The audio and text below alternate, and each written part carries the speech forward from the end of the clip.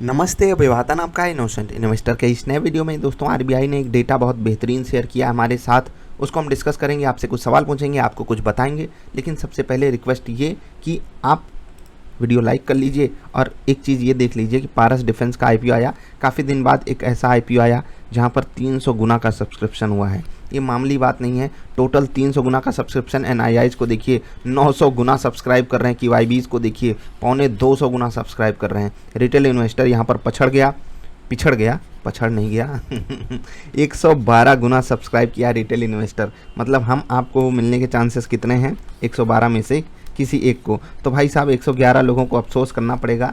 अफसोस के साथ मैं ये बता रहा हूँ, तो वीडियो लाइक कर लीजिए। मैं एक बात आपसे कहता हूँ कि ये जो 111 लोग अफसोस करेंगे ना, उनको मैंने पहले ही बताया है कि ये आईपीओ ऐसा है, आप इसको 10 साल के लिए भी रख सकते हो। याद रखिए, जब ये आईपीओ चालू भी नहीं हुआ था सब्सक्रिप्शन के लिए, उससे एक दिन पहले ही मैंने आपको बताया था यही आईपीओ है जो 300 गुना तक भी सब्सक्राइब हो सकता है। और हुआ वही 300 गुना का सब्सक्रिप्शन। मामूली बात नहीं होती है। चलते हैं आरबीआई के डेटा पर। आरबीआई ने बहुत बेहतरीन डेटा शेयर किया है। ये हमेशा आरबीआई शेयर करती है। कुछ बातें हमको यहाँ पर सीखने और जानने को मिलेंगी, तो मैंने सोचा आपके साथ ये डेटा शेयर करता हूँ। और जिनको लगे कि हाँ ये चीज़ें शेयर होनी चाहिए आपके साथ, वो जरा नीचे बता देना। स्टॉक मार्केट जब धूम धड़ाका करता है तो कुछ नई चीज़ें सीख भी लिया कीजिए, जिससे आपको कुछ पता रहे कि जो अपनी माइक्रो और मैक्रो बाजार होती है, ठीक है, इकोनॉमिक्स में आपने कुछ लोग जो पढ़े होंगे, तो दोनों चीज़ों को हमको देखना है कि किससे बड़ा फ़र्क पड़ता है। कोई छोटा छोटा फ़र्क करके कोई बड़ा फ़र्क कैसे पड़ने लगता है। कभी बड़ा फ़र्क हम इग्नोर कर जाते हैं, कभी छोटे फ़र्क को इग्नोर कर जाते हैं। समझ रहे हैं ना? मतलब छोटी छोटी चीज़ें बाद में बड़ी हो जाती हैं, मैं ये कहना चाहता हूँ।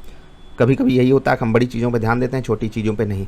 बैंक डिपॉजिट्स की यहाँ पर बात कर रही है आरबीआई, और हमारे सामने जो उन्होंने डेटा रखा है उस हिसाब से 12% की ग्रोथ हुई है बैंक डिपॉजिट्स में। अब ये चीज़ मेरे समझ के परे है, क्योंकि जहाँ पर आपको इक्विटी मार्केट्स परफॉर्म करके दे रही हैं, और वहाँ पर भी ऐसा नहीं है कि इन्वेस्टमेंट नहीं जा रहा है, वहाँ पर हाईएस्ट इन्वेस्टमेंट जा रहा है। बहुत समय का वहाँ पर भी रिकॉर्ड टूटा है, मैंने इस पर भी डिस्कशन किया है। जो बैंक डिपॉजिट पिछले साल 8.8% ग्रो किया था, वो इस बार 12% ग्रो किया है। ये एक अच्छी बात है, बेहद अच्छी बात है। यहाँ पर बात हो रही है कासा अकाउंट्स की, और उन्हीं के कारण ये ग्रोथ हमको देखने को मिली है।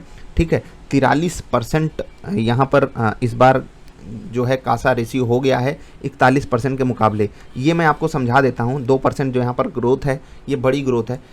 कासा बहुत ध्यान से समझ लीजिएगा, करंट अकाउंट और सेविंग अकाउंट। अब करंट अकाउंट और सेविंग अकाउंट बैंकों में अगर ये डिपॉजिट बढ़ रहा है, इसका सीधा सा मतलब है कि जो हम और आप जैसे लोग हैं, इनको ब्याज से यानी कि इंटरेस्ट से कोई मतलब है नहीं।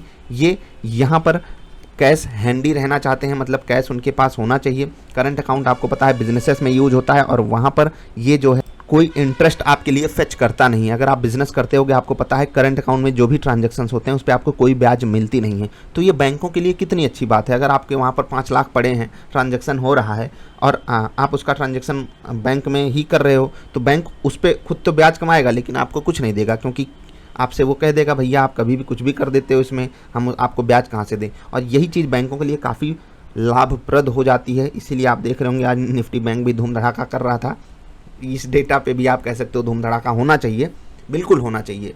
अब सोचिए, करंट अकाउंट में आपको ब्याज मिलती नहीं है। सेविंग अकाउंट में कितना 2.5% शायद अभी चल रहा है, शायद, मैं कंफर्म नहीं हूँ, शायद 2.5 या 3.25% है, 2.75, 3 नहीं है, 3 से कम ही है। अब सोचिए 2.5% बैंक आपको सेविंग अकाउंट पे ब्याज दे रहा है, और इसकी ग्रोथ हो रही है, 2% की ग्रोथ हो रही है, जो कि काफ़ी अच्छी बात है।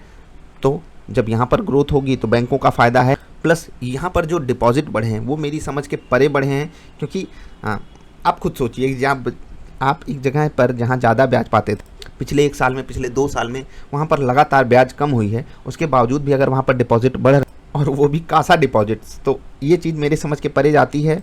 लेकिन इकोनॉमी और इकोनॉमिक्स में हर चीज़ आपको समझ में आ जाए, ये तो कभी होगा नहीं। कुछ ना कुछ ऐसी अजीब सी चीज़ें होती रहेंगी जो आपको परेशान भी कर सकती हैं, टेंशन में भी डाल सकती हैं। कुछ और बातें हम करेंगे जो सबसे ज़रूरी है, लेकिन उससे पहले बता दें एक डेटा, आप इसको नोट कर लीजिएगा। जो मेट्रोपॉलिटन ब्रांचेस हैं बैंकों की, वहाँ पर over half of the total deposits होते हैं। ये आपके लिए एक बड़ा डेटा है, इसको आप नोट करके रख लीजिए, क्योंकि जो बड़े शहर हैं वहीं पर बड़े पैसे वाले लोग रहेंगे, और वही सब बैंकों में जाकर पैसा जमा करते हैं। और ये पढ़े लिखे लोग हैं जो बैंकों में पैसा जमा कर रहे हैं। आपको खुद पता है कि ये पैसा किस तरीके से यूज हो सकता है।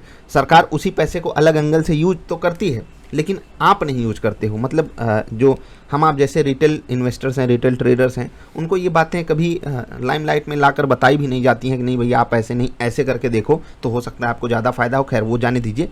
43% था, ये बढ़ करके 60% पे आया है, जो कि काफ़ी बड़ी और बेहद रचनात्मक रोचक बात है आपके लिए, इसको जानिए। और एक और चीज़ जो मैं आपको बताना चाहता हूँ, जो मुझे बहुत मतलब अजीब सा फील करवाता है, प्राइवेट सेक्टर बैंक्स का जो टोटल डिपॉजिट है वो continue to rise at the cost of public sector banks. RBI क्या लिख रहा है, फिर से पढ़िएगा इसको।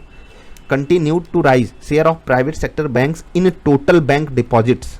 जो टोटल बैंक डिपॉजिट हो रहा है उसमें जो प्राइवेट सेक्टर का शेयर है वो बढ़ रहा है at cost of public sector bank. मतलब at cost of public sector bank का मतलब है कि यहाँ से इस झोली में से पैसा निकल करके इस झोली में आ रहा है, यहाँ से यहाँ आ रहा है। ये पीएसयू बैंक्स हैं और ये प्राइवेट सेक्टर बैंक्स हैं, समझ रहे हैं। मतलब यहाँ का पैसा यहाँ पर आ रहा है at cost of public sector banks. अब सोचिए, सोचिए ज़रा, इस पर सोचिए, सोचने की ज़रूरत है ना। मैं हमेशा ये बात कहता रहता हूँ, देखो यार पब्लिक सेक्टर बैंक के बिना ये देश नहीं चल सकता, लेकिन पब्लिक सेक्टर बैंक ढंग से चल सकता है इतना मैं जानता हूँ, उसको ढंग से चलाया जा सकता है इतना मैं जानता हूँ, उसमें ढंग के लोग जॉब करने भी जाते हैं इतना भी मैं जानता हूँ। ऐसा नहीं है कि जो सरकारी नौकरी पा गया या पाना चाहता है वो सब 2 कौड़ी के लोग होते हैं। मैं मानता हूँ कुछ लोग केवल इसीलिए जाते हैं सरकारी नौकरी में, को घूस खा सकें, इधर उधर के काम कर सकें, पान चबा सकें, लेकिन ज़्यादातर लोग अभी भी ऐसे हैं जो ईमानदारी से अपना काम करना चाहते हैं, लेकिन तब जब उनके आसपास वाले भी कम से कम पूरी ईमानदारी से नहीं काम तो कर रहे हों। अब मैंने ये एग्जांपल आपको पहले भी दिया है दोस्त, कि यहाँ पर मान लीजिए 5 लोग हैं काम करने वाले, ठीक है। अब 5 लोग हैं, मान लेते हैं ये 2 ईमानदार हैं और ये 3 निहायती, क्या कहें, कहना भी नहीं चाहिए, वही मान लेते हैं ये कोई भी आईबीआई कोई भी बैंक है, मान लेते हैं सरकारी बैंक है, बस इतना याद रखिएगा। अब यहाँ पर मान लेते हैं 100 कस्टमर्स आए। अब अगर चलिए 1000 मान लेते हैं, तो 1000 के हिसाब से 200 कस्टमर को हर बंदे को डील करना है। अब ये तीनों के पास कोई टारगेट तो दिया नहीं गया है कि भैया आप जितने कस्टमर डील करोगे आपको उस हिसाब से इंसेंटिव मिलेगा, या अगर आपने कम कस्टमर डील किया तो आपको उस हिसाब से जुर्माना भी लग सकता है। तो ये क्या करेंगे, भाई कल आना, भाई हम तो अभी सोने जा रहे हैं। बैंक में भी सो जाते हैं कुछ कर्मचारी, सिर्फ बैंक ही की नहीं बात कर रहा हूँ, बहुत से सरकारी कर्मचारी ऐसे, मतलब ये 2 बहुत अच्छे हैं। ऐसा नहीं है कि बैंकों में सब एकदम घटिया लोग, मैंने शुरुआत में ही कहा कुछ लोग बहुत बेहतरीन काम करना चाहते हैं। अब सोचिए जब ये बंदे काम नहीं करेंगे और मान लेते हैं ये बंदे काम करने लगे, मान लेते हैं कि ये 200 की जगह 100 को ही डील किए, तो ये टोटल 300 किए। अब इनको 700 डील करना पड़ेगा, तो इनके ऊपर 350 का लोड आएगा, इनके ऊपर 350 का।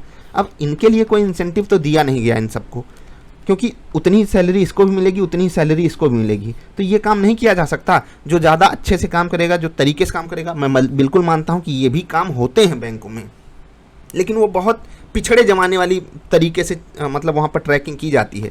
आप ऐसे करके देखिए, कमाल होगा। ये मैं आपको सिर्फ बता रहा हूँ ये समझाने के लिए कि दोस्त अगर आप कहीं ऐसे जगह पे हो जो पब्लिक सेक्टर से डीलिंग होती है, मतलब आप पब्लिक से डील करते हो, वहाँ पर आप हम जैसे टैक्स पेयर्स के पैसे पर अपनी सैलरी उठाते हो, तो ये आपकी जिम्मेदारी भी है और देश के प्रति कर्तव्य भी है।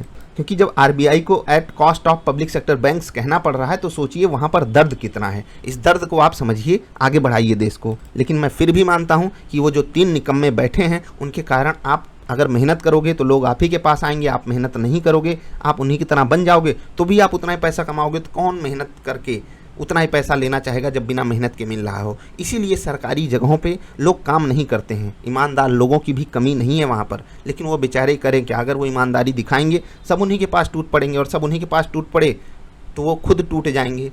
समझ रहे हैं ना। अगर आप इस बात से एग्री करते हो ज़रा बताना। खैर, जो मैंने आपके साथ डेटा डिस्कस किया काफ़ी इंपॉर्टेंट था, काफ़ी बढ़िया था, कोई मानहानि वाली बात ना कर दे। तो मैं अगर किसी को बात बुरी लगी हो तो माफ़ी तो नहीं मांग सकता, लेकिन इतना ज़रूर कहूँ कि जो लोग भी ईमानदारी से काम कर रहे हो, तरीके से काम कर रहे हो, कहीं पर भी हो, प्राइवेट हो, कुछ कहीं पर भी हो दोस्त, आप प्राइवेट कंपनी में हो, पब्लिक कंपनी में हो, सरकारी शुद्ध सरकारी में हो, नतमस्तक करता हूँ आपको, ठीक है, प्रणाम करता हूँ। बड़े हो तो प्रणाम, छोटे हो तो भी आपको एडमायर करता हूँ कि ऐसे ही करते रहिए, कुछ तो बदलेगा, चेंजेस आएंगे। बाकी जो हो रहा है होता रहेगा। ये तो बाज़ार का भी रूल है और यहाँ का भी। बाज़ार आज बहुत बढ़िया क्लोजिंग दी। ये डेटा में कुछ बातें हैं आपको ज़रूर पढ़नी चाहिए। अगर आप चाहते हो कि इसका PDF मैं शेयर करूँ टेलीग्राम पे, ज़रा नीचे बता देना और टेलीग्राम से जुड़ जाना, जिससे आप इस ये जो डॉक्यूमेंट है इसमें कुछ और बातें हैं वो भी पढ़ सको और कुछ ना कुछ जो इनसाइट्स हैं वो आपको भी मिल सकें। अभी इतना ही, जल्दी मिलते हैं। वीडियो पसंद आई तो लाइक कर दें, अगर मेरी कोई कई बात बुरी लगी हो तो डिसलाइक भी करके जाना ज़रूर। नमस्कार।